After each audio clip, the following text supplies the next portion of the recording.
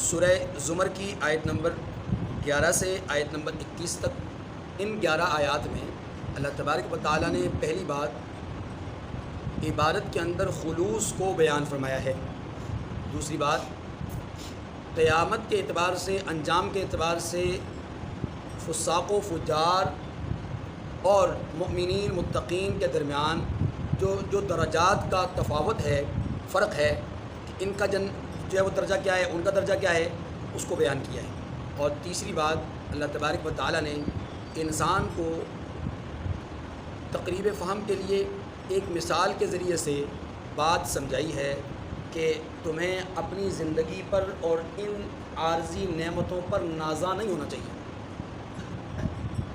اگر تم تھوڑا سا فصلوں کو، سبزے کو، ان کی ہریالی کو اور ان کے سوکھنے کے اور زردی کے حال کو اگر غور اس پر کرو تو تمہیں اپنی زندگی پر ناز ختم ہو جائے گا۔ یہ بات سمجھیں۔ اب دیکھیے، قل انی امرت ان اعبد اللہ مخلصا لہ الدین وامرت لان اکون اول المسلمین۔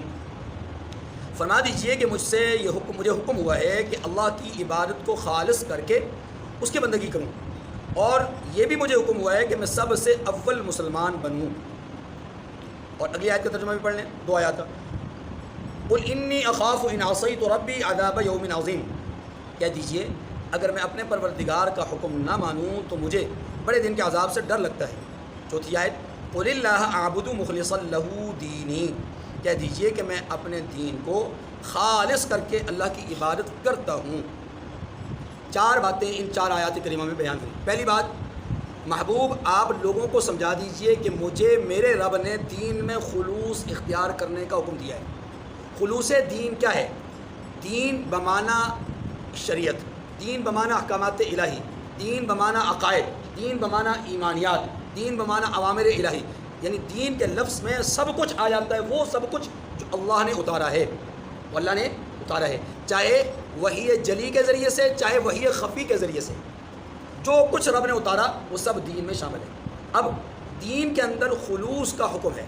یہ خلوص ظاہری طور پر بھی مطلوب ہے اور باطنی طور پر بھی مطلوب ہے۔ یہ بات سمجھیے گا۔ ظاہری خلوص یہ ہے کہ ہم نے اعمال کو اس طرح کرنا ہے جس طرح اللہ نے حکم دیا ہے، نبی نے کر کے دکھایا ہے، یہ ہے ظاہری خلوص۔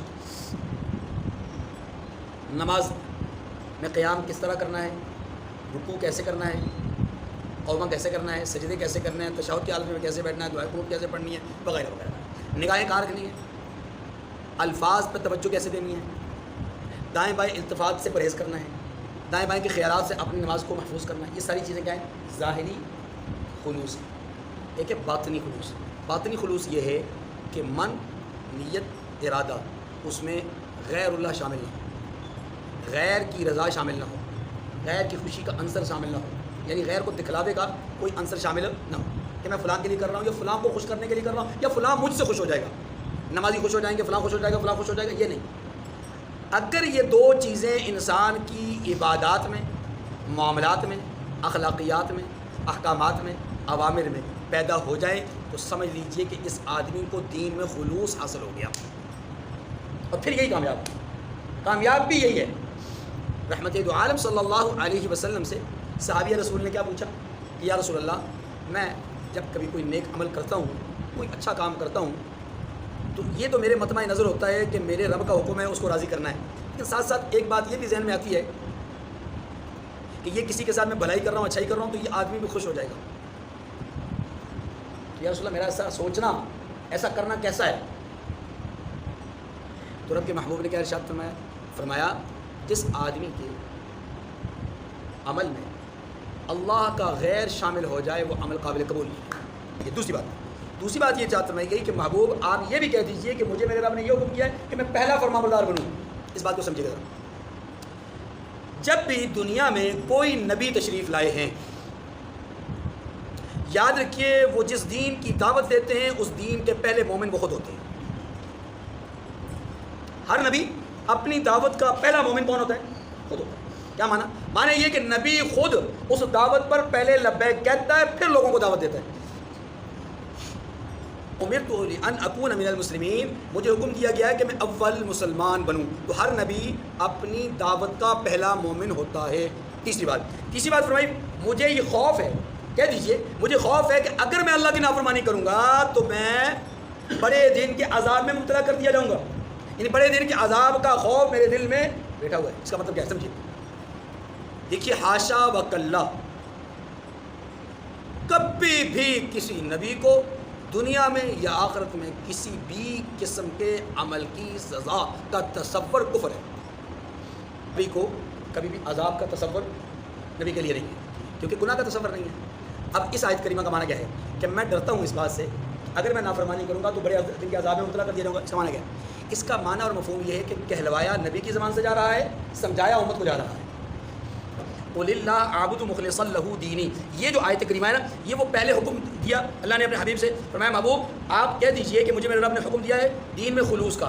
اب اس آیت کریمہ میں اس حکم کی تعمیل کو رسول کے ذریعے سے ظاہر کروایا گیا کہ میرے رب نے جو مجھے حکم دیا میں نے اس پر عمل کر لیا ہے. کیا؟ قُلِ اللَّهَ أَعْبُدُ مُخْلِصًا لَهُ دِينِي، کہہ دیجئے کہ میں اپنے رب کی ہی خالص طور پر عبادت کرتا ہوں، خلوص کے ساتھ. میں اپنے رب کی ہی عبادت، کیونکہ اس نے مجھے خلوص کے ساتھ عبادت کا حکم دیا، میں تعمیل کر رہا ہوں. اتنی بات سمجھ گئی. اب یہ اپنا عمل اور کردار بیان کیا. یہ اب اس پوری بات کو اب ہم لب لباب کے طور پر سمجھیں. رسول صلی اللہ علیہ وسلم نے اپنی شخصیت کو لوگوں کے سامنے بیان کیا. لوگوں میرے رب نے مجھے یہ حکم دیا ہے، میں نے اس پر عمل کیا. اب میری زندگی میں میرے کردار میں تمہیں کوئی داغ نظر آتا ہے نہیں نا؟ اب میری بات کو سنو. فَاعْبُدُوا مَا شِئْتُم مِّن دُونِي. اللہ اکبر. کہ دیکھو اگر تم بھی میری طرح اس راستے پہ چلو گے تو کامیاب، نہیں چلو گے تو سنو فَاعْبُدُوا مَا شِئْتُم مِّن دُونِي. تم پھر جس کی چاہے عبادت کرنا، تم جس کی چاہو عبادت کر سکتے ہو. اب تمہیں کوئی روک ٹوک میری طرف سے نہیں ہے. میرا کام ہے ترغیب دینا، میرا کام ہے اپنا کردار پیش کرنا، میرا کام ہے تمہیں تعلیم دینا، ترغیب دینا، وہ میں دے چکا. اب تمہاری مرضی ہے، چاہے عمل کرو چاہے عمل نہ کرو. اگلی بات فرمایا قُلْ إِنَّ الْخَاسِرِينَ الَّذِينَ خَسِرُوا أَنفُسَهُمْ وَأَهْلِيهِمْ يَوْمَ الْقِيَامَةِ. اللہ اکبر. ہاں اتنی بات ضرور ہے کہ محبوب آپ ان سے کہہ دیجیے کہ قیامت کے روز نقصان اٹھانے والے وہی لوگ ہیں جنہوں نے اپنے آپ کو اور اپنے گھر والوں کو نقصان میں ڈالا. اللہ کیا فرماتے ہیں؟ اللہ فرماتے ہیں یا ایھا الذین آمنوا قوا انفسکم واہلیکم نارا. اے ایمان والو خود کو بچاؤ، اپنے گھر والوں کو بچاؤ. کس سے؟ آگ سے. کس سے بچاؤ؟ بدبخت ہیں وہ لوگ جنہوں نے خود بھی گھاٹے کا سودا کیا اور اپنی قوم کو، اپنے خاندان کو، اپنے گھر کو بھی اسی گھاٹے کے سودے میں جھونک دیا. منافقین کے متعلق اللہ سورہ بقرہ میں فرماتے ہیں فما ربحت تجارتہم. ان کی تجارت نے ان کو کوئی فائدہ نہیں دیا کہ ظاہر میں کچھ اور باطن میں کچھ. بظاہر یہ دھوکہ دے کر کے زندگی جینا چاہتے ہیں، معلوم فوائد حاصل کرنا چاہتے ہیں. تو یہ عارضی سا کام ہے، چند دنوں کا کام ہے، اس کے بعد ہمیشہ ہمیشہ کے لیے ان کے لیے کیا ہے؟ جہنم. ان لوگوں کے متعلق بھی فرمایا کہ جو لوگ اپنے خود بھی اور قوم کے ساتھ مل کر کے جہنم میں چلے گئے. فرمایا وَأَحَلُّوا قَوْمَهُمْ دَارَ الْبَوَارِ.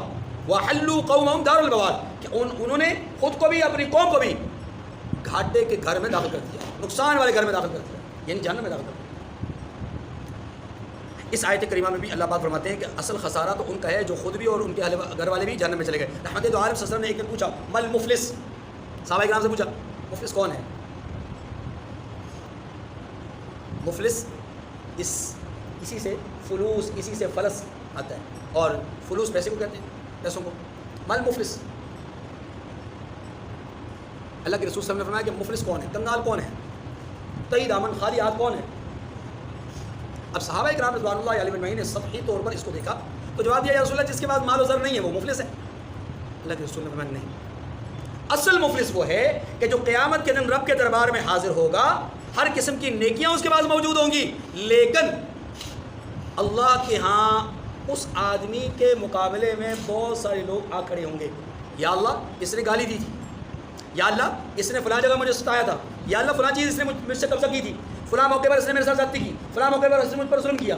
مختلف لوگ آئیں گے، ہر ایک کو اللہ رب العزت سنیں گے اور سن کر کے ان کی جو فریاد ہے اس کی تکمیل کے لیے اللہ ذوالجلال ان کے حصے اور حقوق کی ادائیگی کے لیے اس کی نیکیوں میں سے نیکیاں اٹھا کر کے ان کے نامہ اعمال میں خود اللہ داخل کرتے رہیں گے. یہ نہیں دے گا، یہ نہیں دینا چاہتا. اللہ اس کو سزا دیں گے. سزا کیا ہوگی؟ اس کی نیکیوں میں سے نیکیاں اٹھا کر کے ان کو دی جاتی رہیں گی، ایک کو، دوسرے کو، تیسرے کو، چوتھے کو. یوں نیکیاں اس کی جب تقسیم ہو جائیں گی اور اہل حق ابھی باقی ہوں گے، حق کے طلبگار ابھی باقی ہوں گے کہ جن کے حقوق اس سے وابستہ ہوں گے، تو پروردگار فرمائیں گے اچھا اب تمہارے حصے میں اس کی نیکیاں تو نہیں آ سکتی، نیکیاں تو اس کی ہو گئی ختم. اب تمہیں تمہارے حقوق کی ادائیگی کے لیے ہم یہ فیصلہ کرتے ہیں کہ تمہاری جو خطائیں، غلطیاں، گناہ اور تمہاری جو کوتاہیاں ہیں ان کو اس حصے کے بقدر جو اس نے ظلم کیا، اس حصے کے بقدر جو تمہارا حق ہے اس کے بقدر وہ گناہ تمہارے اٹھا کر کے اس کے پردے میں ڈال۔ اب اللہ کے رسول کیا فرماتے ہیں کہ آیا نیکیاں لے کر تھا لیکن بالکل کنگال ہو گیا، مفلس ہو گیا۔ حقیقی مفلس یہ ہے، سمجھایا کیا گیا ہے اس حدیث میں؟ سمجھایا یہ گیا ہے کہ ہمیں صرف نیک اعمال کرنے نہیں ہیں بلکہ نیک اعمال کو کرنے کے ساتھ ساتھ ان کی حفاظت بھی کرنی ہے۔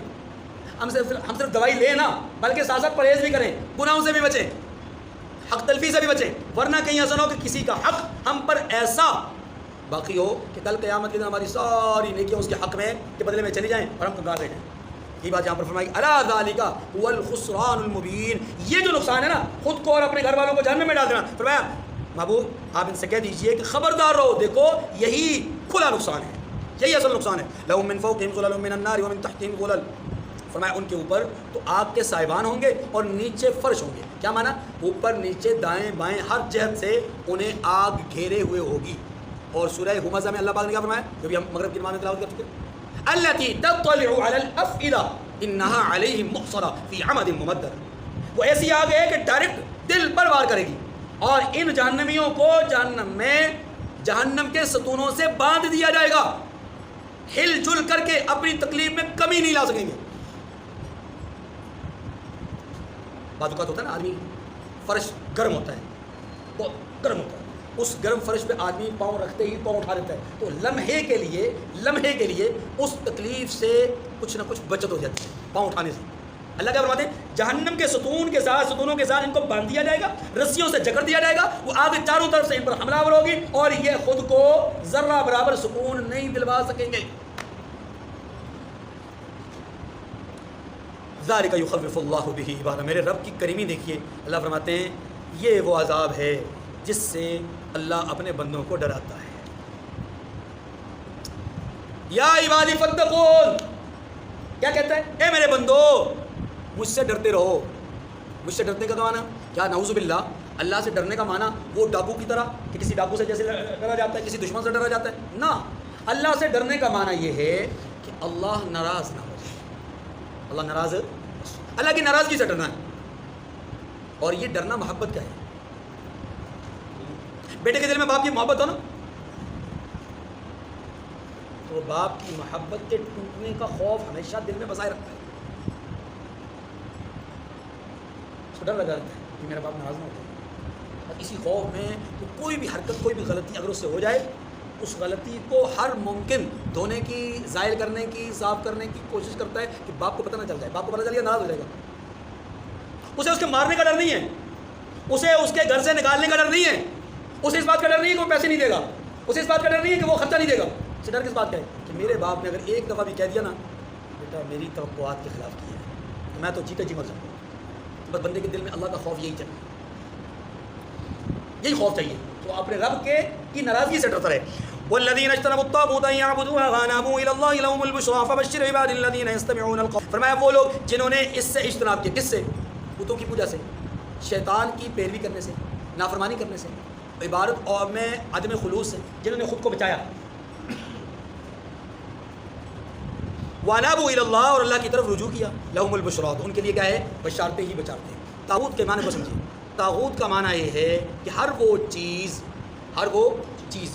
جو کسی بھی انسان کو راہ حق سے برگشتہ کر دے وہ چیز طاغوت ہے۔ ہر وہ چیز جو انسان کو راہ حق سے برگشتہ کر دے وہ کیا چیز ہے؟ طاغوت ہے۔ وہ اولاد کی صورت میں ہو، وہ والدین کی صورت میں ہو، وہ معاشرے کی صورت میں ہو، وہ پیسے کی صورت میں ہو، وہ ایک دولت کی صورت میں ہو، اقتدار کی صورت میں ہو، وہ کسی منصب کی صورت میں ہو، وہ کسی بادشاہ کی صورت میں ہو، یاد رکھیے جو روکنے والا ہے حق سے وہ طاغوت ہے۔ جو کسی کو حق سے روکنے کا سبب بن رہا ہے وہ کیا ہے؟ طاغوت۔ تو طاغوت کی کوئی خاص شکل نہیں ہے، ٹھیک ہے؟ اب جب آپ یہ بات سمجھ گئے تو اب اس کا مطلب یہ ہوا کہ اللہ فرماتے ہیں جو لوگ راہ حق سے برگشتہ ہونے سے بچ گئے، گمراہ ہونے سے بچ گئے، ان کے لیے اللہ کے ہاں بشارتیں ہیں، ان کے لیے اللہ کے ہاں آگے وہ کون لوگ ہیں؟ الذین یستمعون القول فیتبعون احسنہ، جو بات کو سنتے ہیں اور اچھی باتوں کی پیروی کرتے ہیں۔ اس جملے کا ذرا مطلب سمجھیں، اس جملے کے کئی مطلب ہیں۔ ایک مطلب اس کا یہ ہے کہ الذین یستمعون القول، قول عام بات، قول مانا عام بات، ہر کسی کی بات سنتے ہیں، اچھے برے ہر آدمی کی بات سنتے ہیں، لیکن عمل صرف اچھی بات پہ کرتے ہیں، بری بات پہ عمل سن لیتے ہیں لیکن عمل کس پہ کرتے ہیں؟ اچھی بات. ایک مطلب یہ ہے. دوسرا مطلب یہ ہے کہ قول سے مراد اللہ کی بات کو سنتے ہیں، پھر اس میں سے اچھی بات پر عمل کرتے ہیں. اب سوال یہ ہے کہ اللہ کی بات ہو اور اس میں سے اچھی ہو، یہ کچھ بات سمجھ میں نہیں آئی. اب اس کو سمجھیے. دیکھیے احسن اور حسن دو لفظ ہیں، ایک ہے اچھا ہونا، ایک ہونا بہت اچھا ہونا، دونوں میں فرق ہے. اللہ رب العزت نے جو احکامات دیے ہیں وہ دو طرح کے ہیں. ایک احکامات وہ ہیں کہ جن کے اندر جواز ہے، رخصت ہے، اور دوسرے قسم کے جو حکم ہے وہ اس میں کیا ہے؟ عزیمت ہے. اب یہ حکم ایک ہی ہوتا ہے، اس کی دو صورتیں ہوتی ہیں. مثال کے طور پر رمضان المبارک میں کوئی آدمی اگر سفر کرنا چاہتا ہے دور دراز کا، اسے شریعت نے یہ اجازت دی ہے کہ وہ روزہ نہ رکھے. سفر میں جا رہا ہے، روزہ نہ رکھے، اس روزے کی بعد میں قضا کر لے. یہ اجازت، یہ کیا ہے؟ لیکن اسی اجازت کے ساتھ ساتھ اسی حکم میں ایک عزیمت کا راستہ بھی ہے. عزیمت کیا ہے؟ کہ اس سفر کی تکلیف کو برداشت کرتے ہوئے روزہ رکھے، رمضان کا روزہ چھوڑے نہ، تو اللہ کے ہاں اس کا درجہ دوسرے روزہ داروں سے زیادہ بڑھ کر ہوگا، کیونکہ اس نے عام روزہ نہیں رکھا، اس نے عزیمت والا روزہ رکھا ہے. اب اس کا اجر اور ثواب دوسرے روزے داروں سے کہیں کیا ہوگا؟ زیادہ ہوگا. اب حکم ایک ہی تھا روزے کا، لیکن اس روزے کو چھوڑنا بھی جائز تھا، اس روزے پر عمل کرنا بھی حکم تھا. لیکن جو چھوڑنا تھا اس کا جواز تھا، جو عمل کرنا تھا وہ عظیمت بڑا اجر والا عمل تھا، یا یوں سمجھ لیں بڑا مشکل کام تھا. اللہ نے آسانی والے کام کے مقابلے میں جو مشکل کام تھا اس کا ثواب اور اجر زیادہ رکھا. نتیجہ یہ ہوا کہ اب اگر اللہ کی بات پر عمل کرنے والا آدمی وہ پہلی بات پر بھی عمل کرتا ہے تو بھی ٹھیک ہے، تو بھی غلط اس نے بھی نہیں کیا. لیکن جو لوگ اللہ کی طرف سے بشارت کے حقدار ہیں نا، وہ لوگ ہیں جو پہلی پہ نہیں دوسری پہ عمل کرتے ہیں، عزیمت کے راستے پہ عمل کرتے ہیں، کڑوا گھونٹ پیتے ہیں، مشکل راستہ اختیار کرتے ہیں، بھوک سے لاچار ہو کر کے. حلال کھانا نہیں ہے، حرام چیز موجود ہے، شریعت یہ کہتی ہے مرنے کا خدشہ ہے، جان طلب ہونے کا خدشہ ہے، تو یہ حرام چیز کھا سکتے ہیں. کھاؤ نہیں، حکم نہیں دیا، کھا سکتے ہیں. لیکن اگر نہیں کھاؤ گے، اسی حال میں مر جاؤ گے، اللہ کی طرف سے اس چیز کو حرام جانتے ہوئے، غلط جانتے ہوئے، ناپاک جانتے ہوئے اگر اس کو ترک کر دو گے اور پھر جان دے دو گے، تو تمہارا یہ جان دینا اللہ کے ہاں بہت بڑے اجر کی بات ہے. جان بچانا جائز ہے، لیکن یہاں جان دینا افضل ہے. بات سمجھ لیں. اسی طریقے سے بیٹھ کر کے نماز پڑھنا، نفل نماز جائز ہے، لیکن کھڑے ہو کر کے پڑھنا افضل ہے. اجر کھڑے ہو کر کے پڑھنے والے کو دوہرا ملے گا. یہ ہے اس کا مطلب.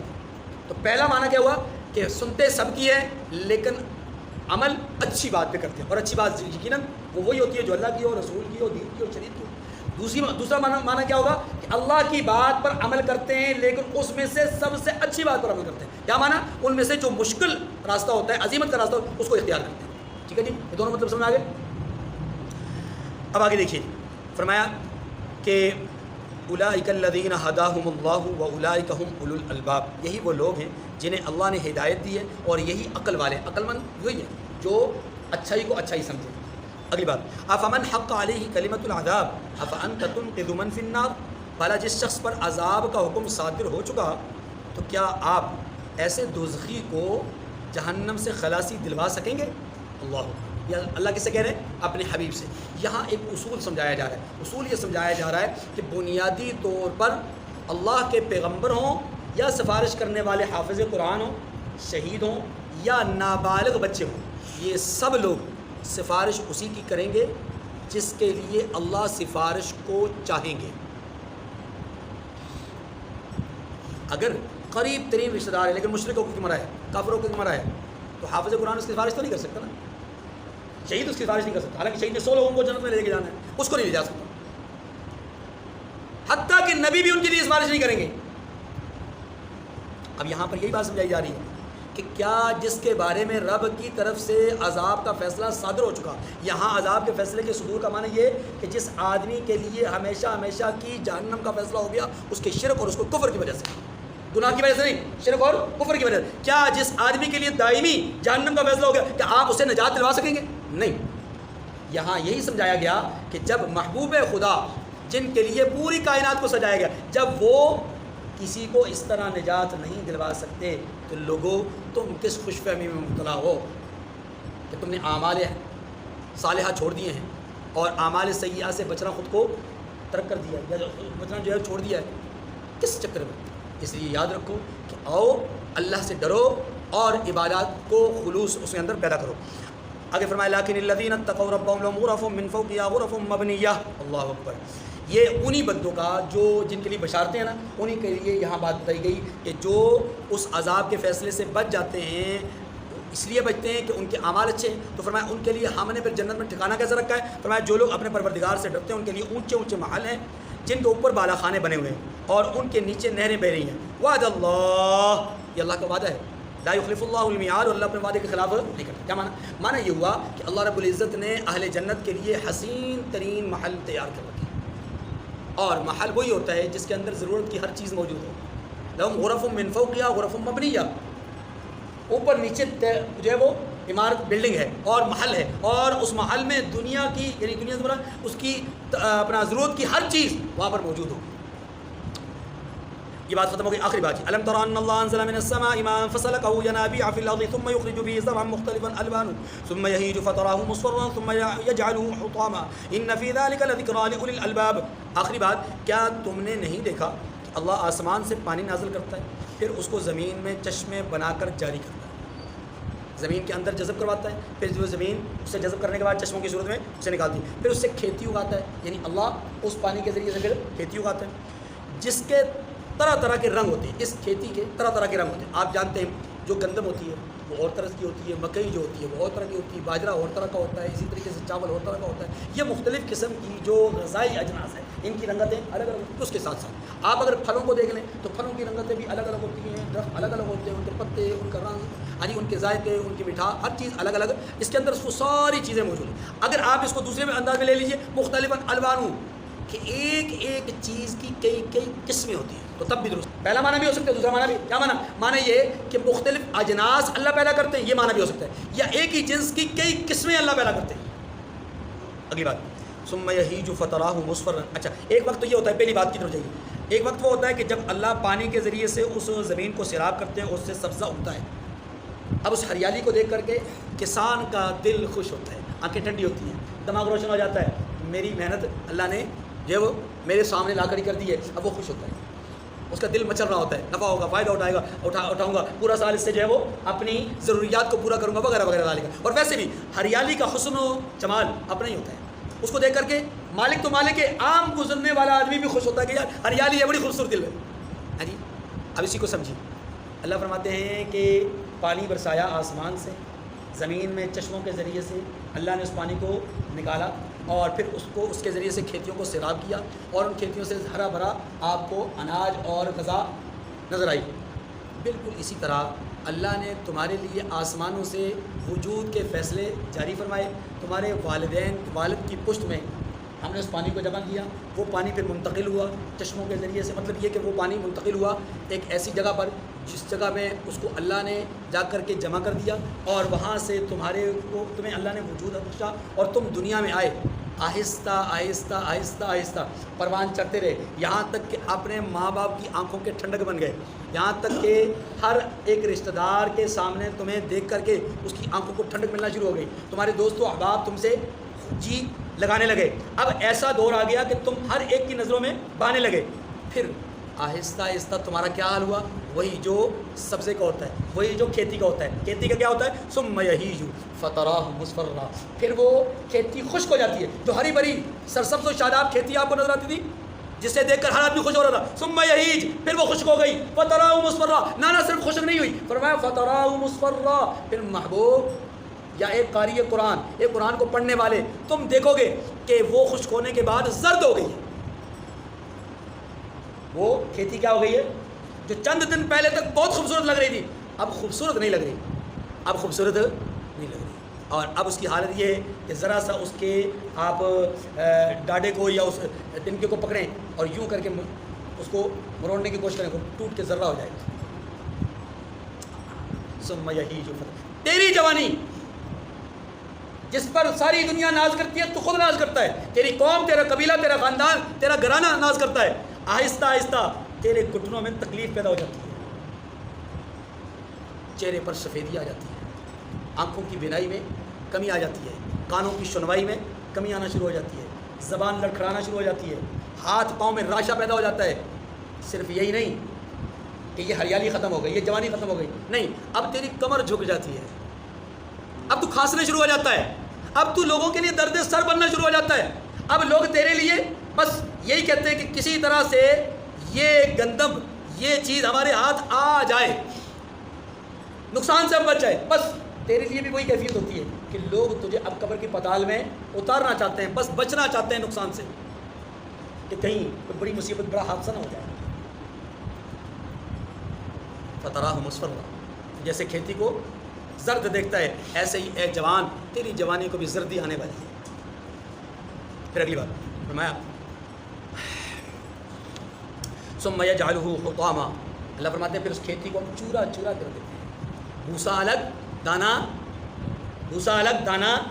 اب اس کو انسانی صورت میں دیکھیے، فرمایا یہی انسان جب قیامت کے دن اللہ کے دربار میں پیش ہوگا تو ہم اس کو چورا چورا کر دیں گے۔ معنی یہ ہے کہ ممتاز الیوم ایھا المجرمون، کہہ دیں گے کہ جہنمیوں اس طرف ہو جاؤ، جنتیوں اس طرف ہو جاؤ، سلام علیکم طبتم فادخلوها خالدین، تم پر سلامتی، جاؤ جنت میں، تمہیں اللہ کی طرف سے گرفتار عذاب کر دیا گیا، گرفتار عذاب کر دیا گیا، تمہیں اٹھا کر کے جہنم میں داخل کر دیا جائے گا۔ اس دن انسان دو حصوں میں تقسیم ہو جائے گا، ایک جنتی اور ایک دانا الگ، بھوسا۔ ان فی ذلک لذکریٰ لأولی الالباب، بے شک اس میں عقل والوں کے لیے نصیحت ہے۔ اللہ پاک مجھے اور آپ کو یہ نصیحت حاصل کرنے کی توفیق نصیب فرمائے۔